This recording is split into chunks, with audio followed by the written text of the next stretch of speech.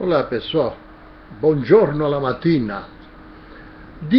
Vamos direto no assunto, né? Estou parecendo o pastor Valdomiro, né? Deus me livre. O louco, rapaz. Não faltava mais nada, né?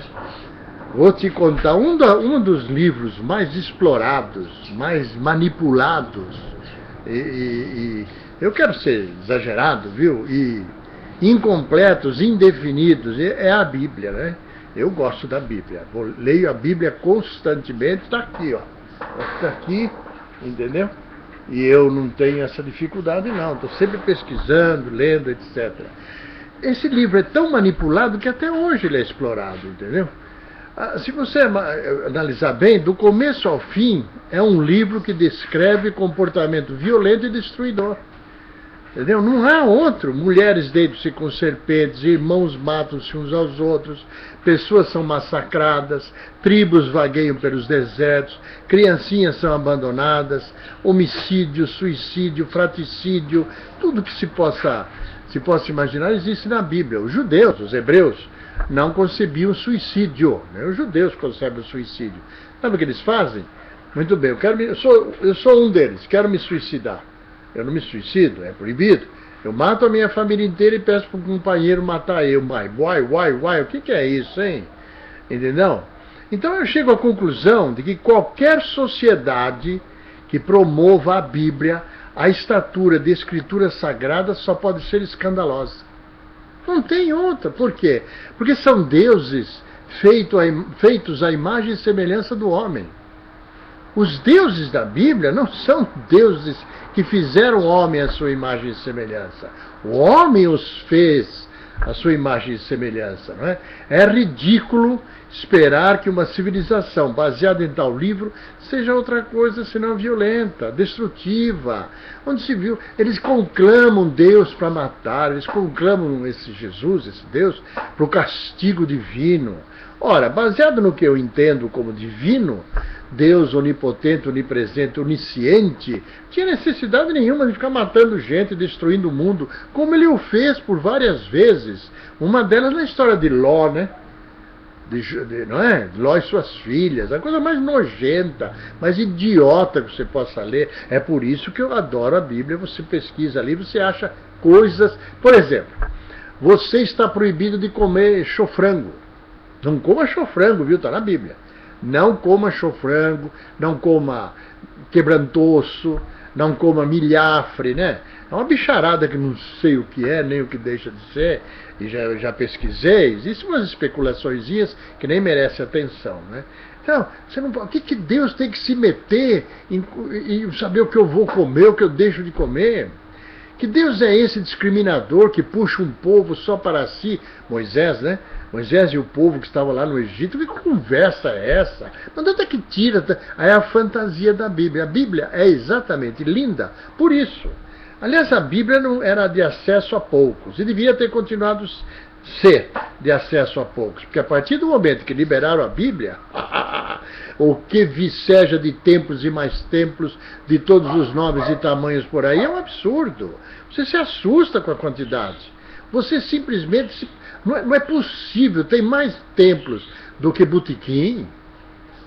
E loja de R$1,99. Se você somar as lojas de R$1,99 e botequim, os templos ganham deles. E os nomes mais estapafúrdios e mais absurdos. Não é? É difícil, rapaz. A história do livro de Samuel, por exemplo, né? O livro de Samuel e os juízes. Olha, juízes. É um tiroteio, facada, mortandade para tudo quanto é lado. Sabe? Não tem. É por isso que Hollywood, as grandes empresas de filmes de Hollywood, se basearam na maioria dos seus filmes na Bíblia. Você quer contar alguma história, só lê a Bíblia. Entendeu? Não tem por onde. Você se depara com cada história. O homem que morou dentro de um peixe. É uma fantasia maravilhosa, não é? O homem que morou dentro de um peixe. A história de Jesus, por exemplo, que para mim Jesus era analfabeto. Mas analfabeto de pai, mãe, tia, avó, sogra e cunhada. Porque não é possível, ele nunca escreveu nada, não deixou uma única anotação. Qualquer pessoa sábia, que diz que ele era sábio, filósofo, sociólogo, especialmente sociólogo e inteligente, escreveria alguma coisa em algum momento. Ele não escreveu absolutamente nada, coisa nenhuma, não deixou nenhum rabisco em algum lugar. Então, como é que fica? Quem não faz isso só pode ser analfabeto. Não há como provar o contrário. Se você me mostrar alguma coisa escrita por Jesus, eu retiro e me transformo e até me converto. Tem uns pastores aí, você já assistiu aí na televisão, etc. Tem uns pastores absolutamente lunáticos, absolutamente doentes, que, graças ao poder econômico deles, eles estão inalcançáveis. A promotoria pública é um lixo, porque não pode fazer nada para enfrentar esse pessoal, né? A promotoria pública vai se meter nisso, eles têm tanto poder financeiro que eles é capaz de depor esses promotores que porventura se levantarem contra eles. É uma estupidez, é uma idiotice, mas eles estão aí. Se eles fossem analisados por algum psicanalista, algum psicólogo, algum psiquiatra, eles seriam internados. Eu não vou falar o nome deles, mas um deles está aí falando agora de manhã, parece louco. Não sei se ele é deputado, senador, é uma coisa assim, parece louco, doente, totalmente desvirtuado. Mas ele alcançou um patamar financeiro, de poder tão grande, que ninguém mexe com ele. Assim aquele outro maluco lá que vende tudo. Aliás, os templos, as igrejas aí, esses pastores, e inclusive a católica, não vou fugir da católica também, vende coisa pra caramba. Vai lá no Lago São Bento. É para sustentar a igreja. Para com isso, rapaz. Já recebe subsídio, um monte de coisa. Não tem que conversa. Eu estudei uma porção de anos em colégio de padres. Eu fui interno em colégio de padres. Estudei latim, né? Tem que ter latim. Alguém já leu Ignorabimus, de Tobias Barreto? Procura ler. Dá uma visitinha no meu site conspirações.com.br. Dá uma olhadinha lá. Mas voltando, né, à conversa.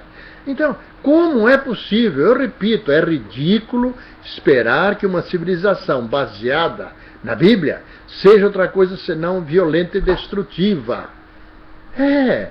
E tem esses caras que transformaram aquilo em loja, vendem de tudo. Eu já gravei há tempos atrás aí, que tem uma pastora da Renascer, se não me engano, que vende perfume com cheiro de Jesus. Onde está vendendo camisinha para gerar filho divino. Camisinha foi feita para não gerar filhos. Mas a dele, diz ele, o pastor, que no meio das camisinhas, das caixas de camisinhas, tem algumas abençoadas por Deus. E estas provocarão a geração de um filho divino. Você vai ter um filho direto de Deus. Aliás, por falar em filho de Deus, essa coisa também me incomoda, sabe? Por que um Deus onisciente, onipresente, onipotente, onitudo, que fez todos os animais, alguns muito bestas, como o polvo, por exemplo, hipopótamo, não é? Tem uns animais meio esquisitão, né? Ornitorrinco. O ornitorrinco é uma atrapalhada, né? Devia estar com a cachola meio baleada, o Deus que fez o ornitorrinco. Mas, de qualquer maneira, eu acho que ele pegou o barro, tacou na parede e virou um polvo, né? Aí pegou dois dedos, que furou e fez o zóio. Então, onde se viu isso? Não tem sentido nenhum. Que criou tantos animais, criou o ser humano, dizem aí os que têm fé, não é? Vou falar de fé. Criou o ser humano, criou tudo, precisava de uma menina. Para mim é pedofilia isso, sabe? Uma menina de 13 anos para 14 para fazer um filho. Mas onde é que entra na cabeça de quem isso? Fala para mim, entra na cabeça de quem um bagulho desse? Não tem sentido. Agora, falando em fé, a fé eu admiro. Fé eu tenho, eu a tenho. E todos nós a temos. Depende do caminho, né? Você não precisa de um templo. Você não precisa de uma igreja. Você não precisa de nada disso para professar e vivenciar a sua fé. Você simplesmente tem fé. E você se esforça na sua fé. Você realmente, a fé conquista, a fé modifica, a fé dá forças, entendeu? Mas você não precisa de nenhum Santo Antônio para isso, viu? Você não precisa não. Você não precisa de ir em lugar nenhum para resolver isso. A sua fé é sua. A sua fé não tem deuses. Pô, o que tem de deuses aí, a Igreja Católica, por exemplo, eu não sei quanto, um dia eu vou dar uma puxada aí na internet, ver se eu localizo a quantidade de deuses que tem a fé cristã, católica, apostólica romana, né? Tem Deus para todo lado. Os maometanos parece que não. Os adeptos de Maomé, né? E dizem os crentes aí, todos eles evangélicos, né? Oh, eu sou evangélico, como se ele fosse mais de qualquer um outro. Tem bosta na barriga, escarra, vomita, peida, faz tudo o que nós fazemos. Você não é mais do que ninguém, não, o evangélico bocó. Você é um ser humano pobre, coitado, pobre, podre e bobo. Uma criação mal bolada que somos todos nós, uma criação mal feita, né? Então, quem se baseia num livro desse, que é o mais explorado de todos, é o livro mais explorado que existe, e nunca talvez vai existir outro, se vê jogando com as palavras. E só tomam aquilo que lhes interessa. Ninguém fala, por exemplo, disso que eu acabei de falar. Ninguém fala, por exemplo, da idiotice de Ló, que depois de fugir de Sodoma e Gomorra, levando suas 2 filhas gostosinhas, novinhas, né? E a mulher dele que resolveu olhar para trás para virar estátua de sal, foi ele ter com as 2 filhinhas dentro da caverna, onde se esconderam. Não é? Para que no caminho já ele acabou com a mulher dele? Porque estava louco para comer as filhas. Daí que conversa. Porque é tonto o suficiente para não entender isso. Faz favor, dá um entendimento nisso aí. O que ele faz? As menininhas muito das safadas. Tinha vinho lá, viu? Não sei de onde apareceu aquele vinho. Tá, na Bíblia diz que eles embebedaram ao pai e deitemo-nos com eles para preservarmos a nossa raça, para mais filhos, né? Para termos filhos para povoar a terra. E deitaram-se com eles, uma convenceu a outra, né? 2 safadas, viu? Dá sem vergonha. Convenceu a outra e o paizão muito do espertão, fingindo que estava dormindo, né? Ele disse que ele estava embebedado, estava bêbado totalmente. Aí, então elas fizeram sexo com eles, transaram com ele à vontade, Quer dizer, ele gozou, sentiu todo o prazer e estava dormindo bêbado. Quem é que diz que bêbado trepa? É uma puta de uma bobagem. Aí vem esses pastores malucos. Não, são os desígnios de Deus. Ponta que partiu com o desígnio de Deus. Essa conversa fiada. Na mão de falar bobagem. Entendeu? Então não tem sentido algum. Assim como é Jonas, né? A história de Jonas. E outras tantas, né? E outras tantas. Nossa, aquelas são. Então eu repito. Esse livro é fantástico por isso. Você pode explorá-lo de várias maneiras. Por quê? Porque tudo aquilo que está mal escrito, tudo aquilo que está mal explicado, gera dúvida, contunde, né? Ofende, macula, não é? Então você tem que conspirar. Toda coisa que está mal escrita, mal explicada, merece conspiração, não é? Merece debate. Aí vão aqueles, eu vejo na televisão às vezes, porque eu gosto de aprender. Então eu sempre dou uma olhadinha para poder falar, não é? Senão eu vou falar sem base. Vão lá naquele programa da Cátia Fonseca, um monte de pastores. Por que não me chamam para botar lá no meio? Por que não botam eu lá para bater um papinho com eles? Já começava com essa conversa de cara. Entendeu? De cara eu já conversava com isso. O cara é louco. Entendeu? Quem é que inventou esse negócio todo? É uma coisa maluca. Vou te contar, viu? Tem mais coisa para falar, mas eu deixo para você raciocinar.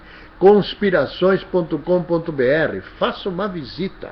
Você vai gostar, hein?